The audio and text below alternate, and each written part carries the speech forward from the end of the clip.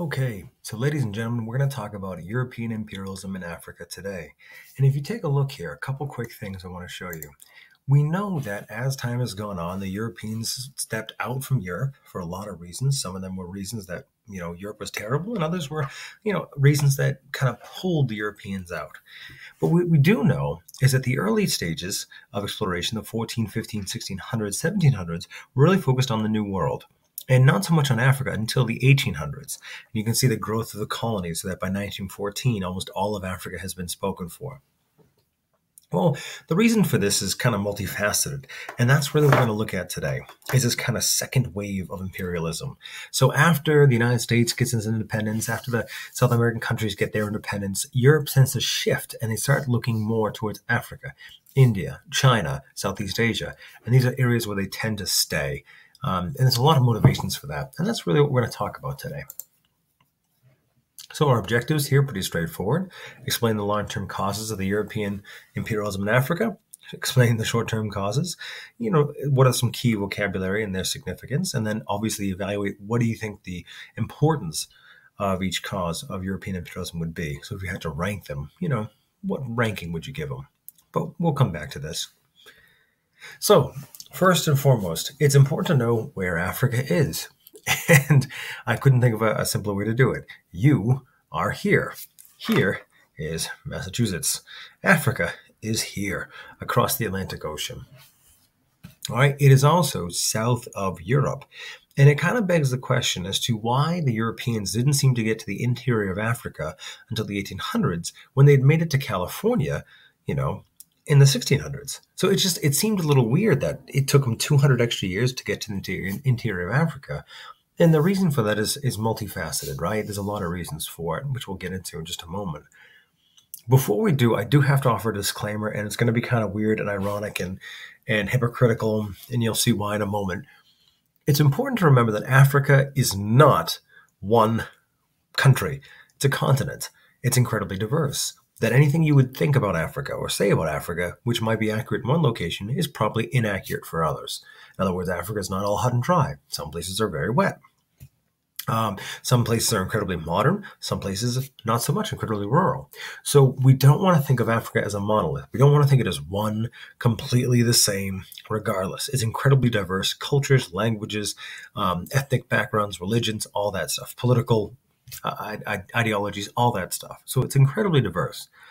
Now, that being said, that we shouldn't treat Africa as a monolith, I'm going to treat Africa as a monolith for the remainder of this lecture. And the reason for that is because the vast majority of Africa does get conquered by European powers in the 1800s. And so what we're talking about here in terms of the motivations of the Europeans in conquering Africa, the motivations are pretty similar across the board, although how different areas responded is still diverse. So again, a little hypocritical. We shouldn't think of Africa as a monolith, but I do have to treat it that way for this process of imperialism. But when we start talking about how they shake off imperialism later, you'll start to see some important distinctions. The other thing we should think about when we think of Africa, this is, forgive my map nerdiness here, we tend to think of Africa as being a little bit smaller than it actually is. Africa is massive. It is huge. But when we look at maps like this, the Mercator projection, it tends to shrink Africa down. In other words, it doesn't look as grand or as large as it would otherwise be. And the reality is it's actually huge. When you take a look at the Mercator projection, the further you go out from the equator, the more exaggerated the landmass is. And what that means is that this is great for navigation. Like if you have to sail a ship, this is brilliant because this will tell you how to get there. But in terms of actually looking at the size of things, it's wildly inaccurate. You look on a map, Russia's big, but Russia's not that big. You look at Greenland, Greenland's big, but there's no way it's that big. So this is maybe a slightly more accurate map, although it kind of messes with your perception here, right? But this would be a more accurate in terms of land size and shape. If we look at the world on, if we look at the world in this way. Sorry, I lost my train of thought there. So if we're thinking about the true size of Africa, you think about the United States, at least the lower 48, China, Japan, India, Western Europe, and Eastern Europe. You kind of lump all of them together, and you get the true size of Africa. So it is rather massive. And that's really what we want to kind of remember, is that this is a massive continent in terms of geographic scale, but also in terms of population. There's quite a large population there.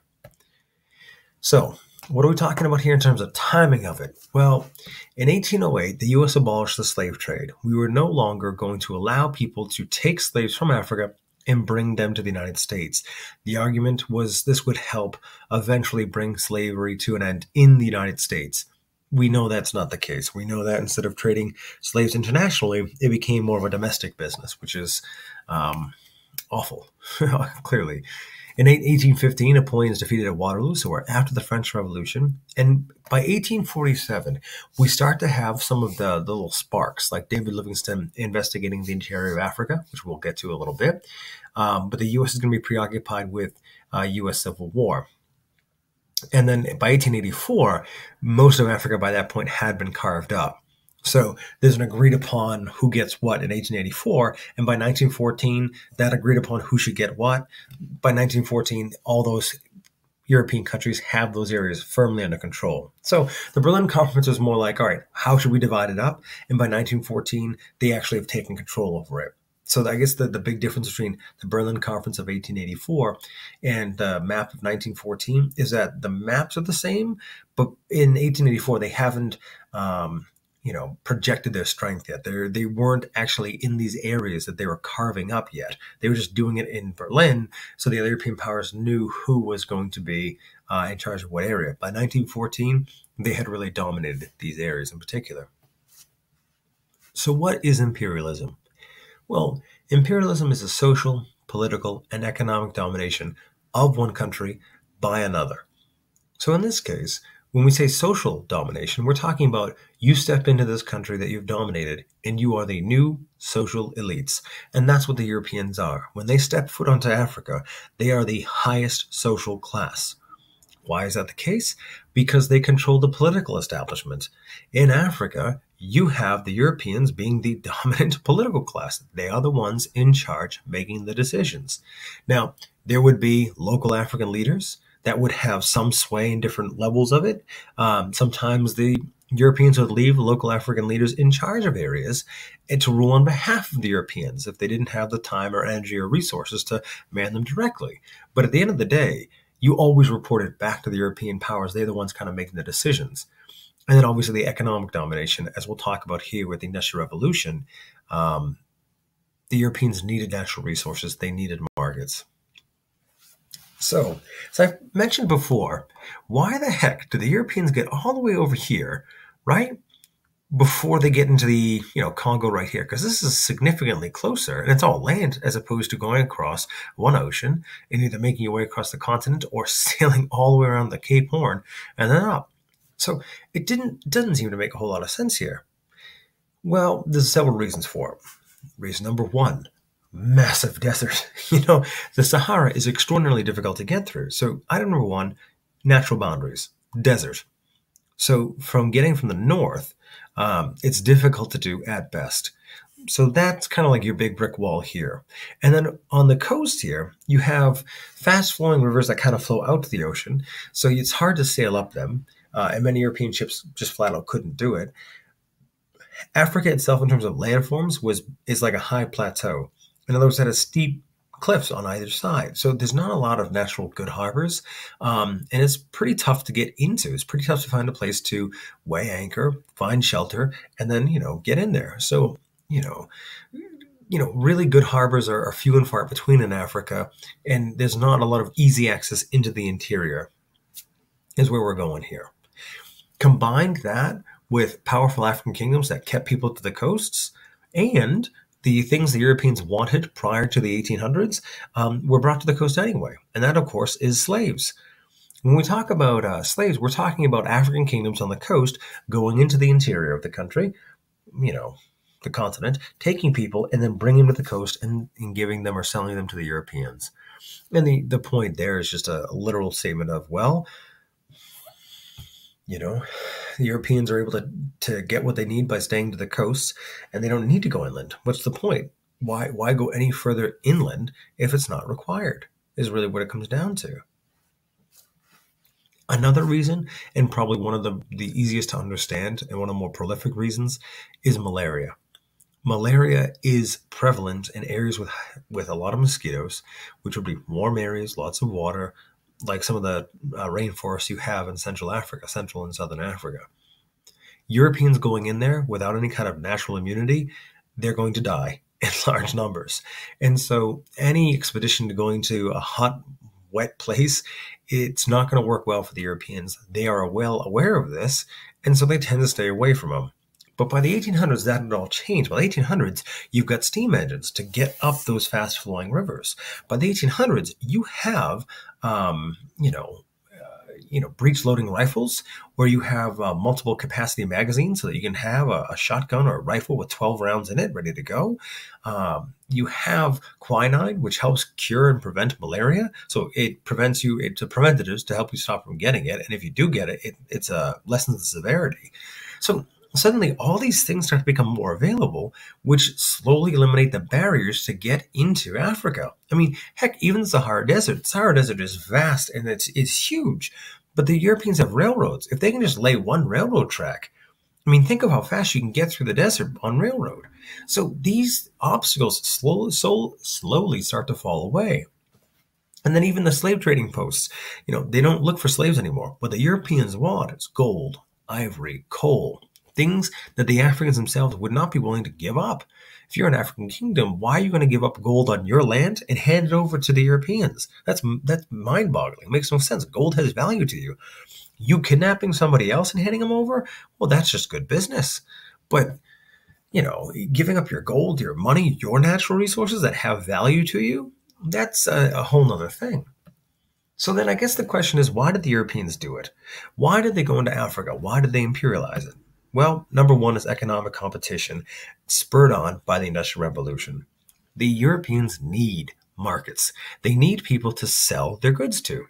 The Europeans can make all these knickknacks and trinkets and all that stuff in Europe, which is great. So like if you're Britain, for example, you can make all the clocks in the world. Eventually, you're going to sell enough to the people in your own country, and you're just going to run out of people to buy it. And if you don't have anyone to buy your clocks, well, then who you sell to next? You're not going to make any money. Your business will fail. So there's always a search for who can we sell these items to next? Where can we go to make money? So it's the markets that you're required to find. So like people that need more clothes. And then obviously the raw materials, because England has coal, they have iron, but that is rapidly being used up, and they need to secure new resources. They need to secure more oil, more cotton, more coal, more iron, not to mention gold and diamonds, all the other resources they'd like too. So the search for natural resources and for markets is going to be one of the chief reasons as to why the Europeans go outward. You also have this concept of European nationalism. European nationalism is just the basic drive that you want to see more of the map under your country's control than anybody else's. It's my country's awesome. My country's the best. My country's the first. And the easiest way to justify that is like scoreboard. Look at the map. If the map is mostly red and my country is the red country, then there you go. So it really comes down to that sense of nationalism and nationalist pride. How much territory can you gain? And a prime example of this would be the French. They take over huge areas of Western Africa, massive areas, thousands upon thousands upon thousands upon thousands of millions of square miles. But it's mostly desert. But to the French, that was not almost as important as you'd think it would be, because to the French, it was just a matter of, on a map, look at all that territory that is French. Sure, it's desert. Sure, there's no real natural resources there to speak of, but look at the amount of land that we have. And that's the source of national pride. There's also the missionary impulse, and this is more of your Christianity, right? You're going to go in there and you're going to Christianize these natives, which is kind of funny because Christianity has already been established and introduced to Africa, and some of them said, sure, sounds good, and others said, no thanks. But the Europeans are going to go in there and they're going to try and introduce Christianity to areas that they believe have not been exposed to it. And again, some places haven't been, but Ethiopia has been Christian for longer than any of the European states have been Christian. So, but that's neither here nor there. So this in this incentive where you're going to go and you're going to, again, bring God to Africa. There's also military and naval bases that are certainly worthwhile, places to put Eric's population, because don't forget, one of the major precursors to the Industrial Revolution is the agricultural revolution, which is going to increase population. You also have the Industrial Revolution, as we mentioned, with economic competition. Humanitarian reasons, because the right thing to do, bring medicine, education, that kind of stuff, which really goes hand in hand with European racism. Now, this is another one of the big ones. Notice they're in red and they have little pencils. These are the big ones you want to pay attention to. European racism kind of takes two forms, and they're both racist, but they're racist in different ways. Social Darwinism is the argument that just like all species have evolved to survival of the fittest, so too have humans. And you can delineate in humanity, there are certain groups that are just more evolved than others. They're more fit than others. And just like in the wild, the fittest survive and the weak die off, you can justify doing some terrible things to people if you believe that you are biologically superior to them. And we'll talk more about this in depth in a couple minutes here. But the argument is basically this. The Europeans view themselves as biologically superior to the Africans. Ergo, it's land that should be theirs. They are the superior power. They are the superior group, the evolutionary superior, biologically superior. So go in and take it over. And you don't feel bad about what you do. Just like, the fit lion shouldn't feel bad if he steals the slow lion's kill. The slow lion is slow. It's his fault. The other side of the European racist coin is the white man's burden. Now, this is still racist because the Europeans still think that they're better than the Africans based on purely aesthetic reasons, skin color. But the argument here is that the Europeans have an obligation to help bring the Africans up to speed, to teach them not just Christianity, but, how to civilize them, right? How to teach them, a modern economy, how to industrialize, how to build new cities, things along those lines. And that it's the Europeans' obligation to do this. So European racism kind of has your two ways. It's, we think we're superior, so we're going to take advantage of you and we're not going to care about the impact it has on you. And then there's we think we're superior to you, and so we're going to try and help you be more like us. So both of them incredibly condescending, both of them very racist, but, definitely different viewpoints as to why the Europeans will interact with the Africans in the way they do. Now, there are plenty of explorers in Africa, but the guy we're going to focus primarily on is Dr. David Livingstone, all right? Because Dr. David Livingstone is really going to spark the rush, if you will, to get into Africa. So he's a Scottish doctor that went into the interior of Africa to help, for humanitarian reasons, the people of Africa. Introduce modern medicine, things along those lines. He would typically come to the coast and you get mail dispatches from him, requesting supplies, keeping in touch, that kind of thing. Then a few months go by and there's nothing. So, where did he go? So Henry Morton Stanley, the guy on the right, he's a newspaper reporter, and he comes up with the idea of, I'm going to go in and I'm going to search for him and I'm going to go find him. And the concept here is that if I find him and he's alive, great. And if I find him if he's dead, great, because it's a great story. So this is kind of like a public relations kind of tour. This is a money grab because he is going out there to find Dr. Livingstone in an effort to make himself famous, an effort to make him some money. And it works like you would not believe, right? What Henry Morton Stanley does is he finds Dr. Livingstone and then continues across the entire continent of Africa. So he crosses from the eastern coast on the Indian Ocean to the western coast of the Atlantic Ocean. And he's got stories, and he's got samples of some of the things that he's seen, and he's got trinkets and all the stuff. So basically what he's going to do is he's going to leave, Boma, write about this. He's going to go on speaking tours. He's going to write books. He's going to write God knows how many articles. And he's going to go off and kind of tell the world, like, listen, we have the technological know-how now. We can get into Africa, and these are the riches that we see. This is what we've heard of. And so it's really like the starting pistol, if you will, for the Europeans to rush into Africa and take what they can, because A, he did it, so other people can do it because the technology is there. 2, he has told us that there's all this amazing stuff that he's seeing in the interior of Africa, and we should go and get it. What we should remember, though, and what's incredibly important to remember, is that Henry Morton Stanley is doing this for fame, for celebrity, for money. So he's going to purposely, embellish here and there and talk of maybe in exaggerated terms about what he's seen or what might be there, because the more grand his account, the more people that will buy his stories or listen to him, and the more money he makes. So this isn't like he's doing an accurate factual reporting of everything he's seen. This is more, I'm going to, make it a really good story. And if it's loosely connected to the truth, yeah, that's fine. So by the 1880s, you start to see the Europeans pushing out of their little toeholes that they had. Case in point, if you look down in Southern Africa here, I'll wait for my little thing to disappear, but in Southern Africa, you have, the British have a toehold, as did the Dutch. And that was they're happy settling in the southern Cape of Good Hope, because that was just a way station. You stopped there on the way to India. There was no need to go into the interior of Africa, because what the heck was there? But as Stanley's story gets out there and more people get involved, more expeditions are launched, and it quickly becomes, well, who's going to get it first? So what goes from, largely uncharted territory that the Europeans were not really interested in becomes a mad scramble. We call it the scramble for Africa. European countries go headlong into this territory to try and grab as much as they want.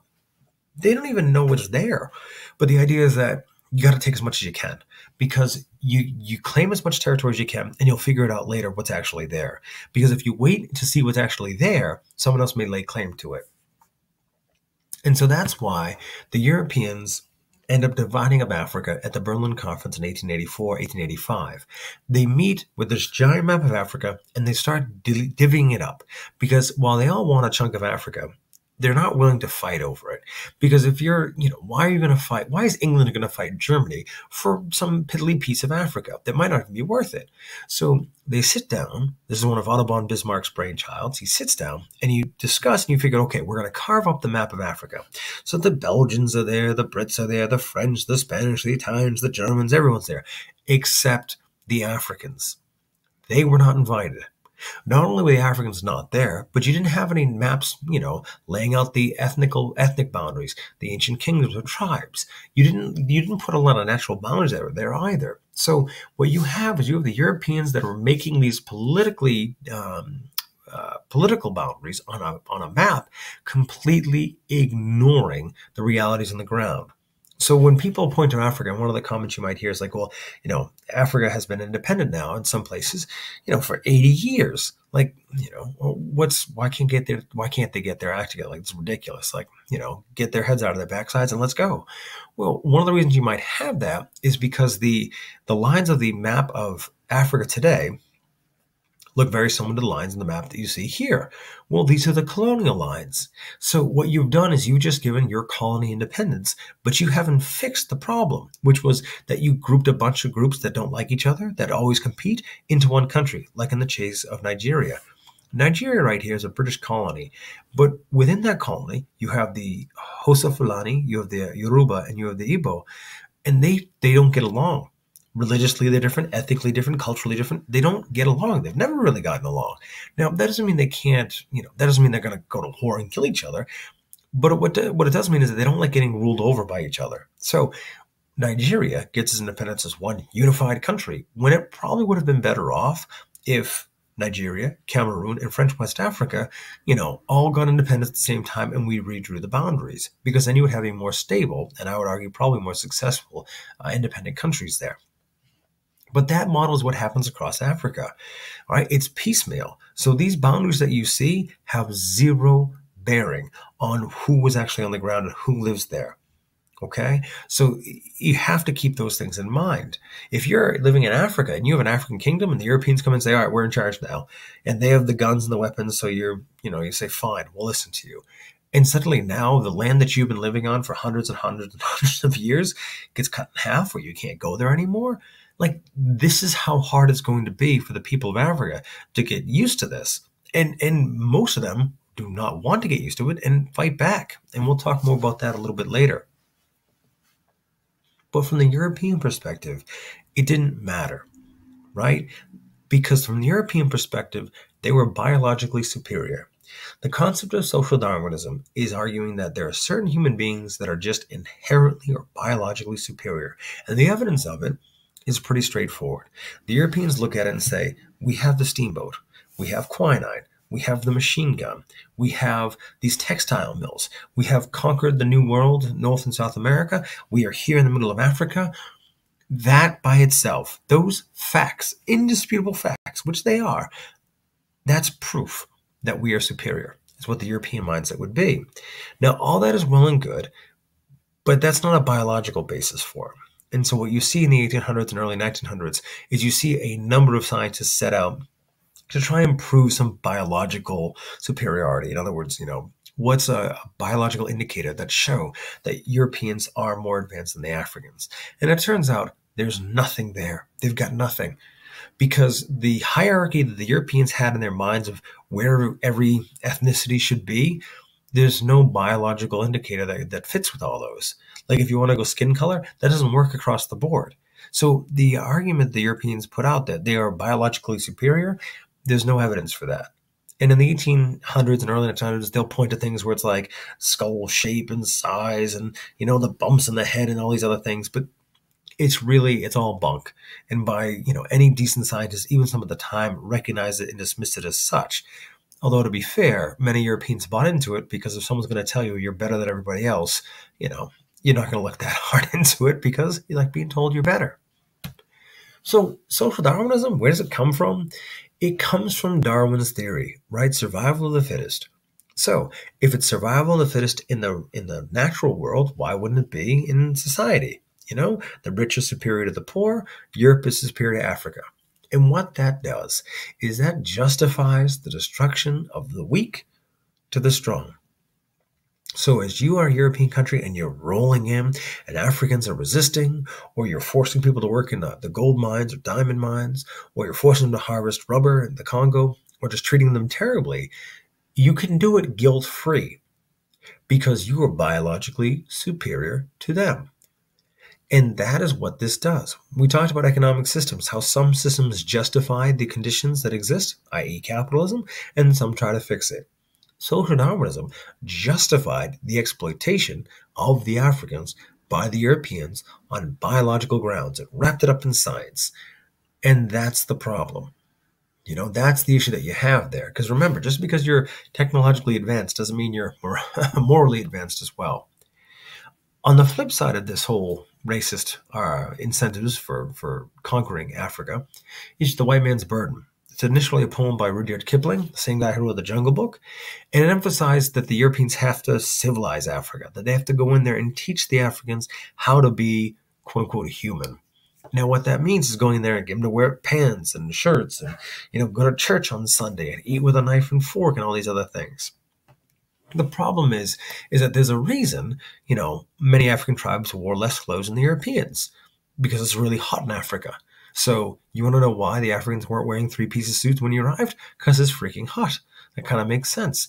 Other examples would be the Africans put cities in really weird places from the European perspective. So they would move the cities. They encouraged the European Africans to, we're building a city here or there. Well, again, the reasons the Africans did what they did is because it had made some sense in some ways. In Tanzania, for example, you had cities that were built at higher elevations that were kind of far away, which made no sense to the Europeans, so they moved the cities. Well, the Africans built the cities at higher elevations because there'd be colder weather and the mosquitoes couldn't make it up that high. So what you've done is you've effectively protected your population from malaria. When the Europeans moved the city down into the valleys, away from the elevation, like down into the wet areas, well, now malaria is a major issue. And it's one of those things where, again, the Europeans fail to comprehend why the Africans did what they did because there's a sense of, there's a very big sense of like, we are better than you going on here.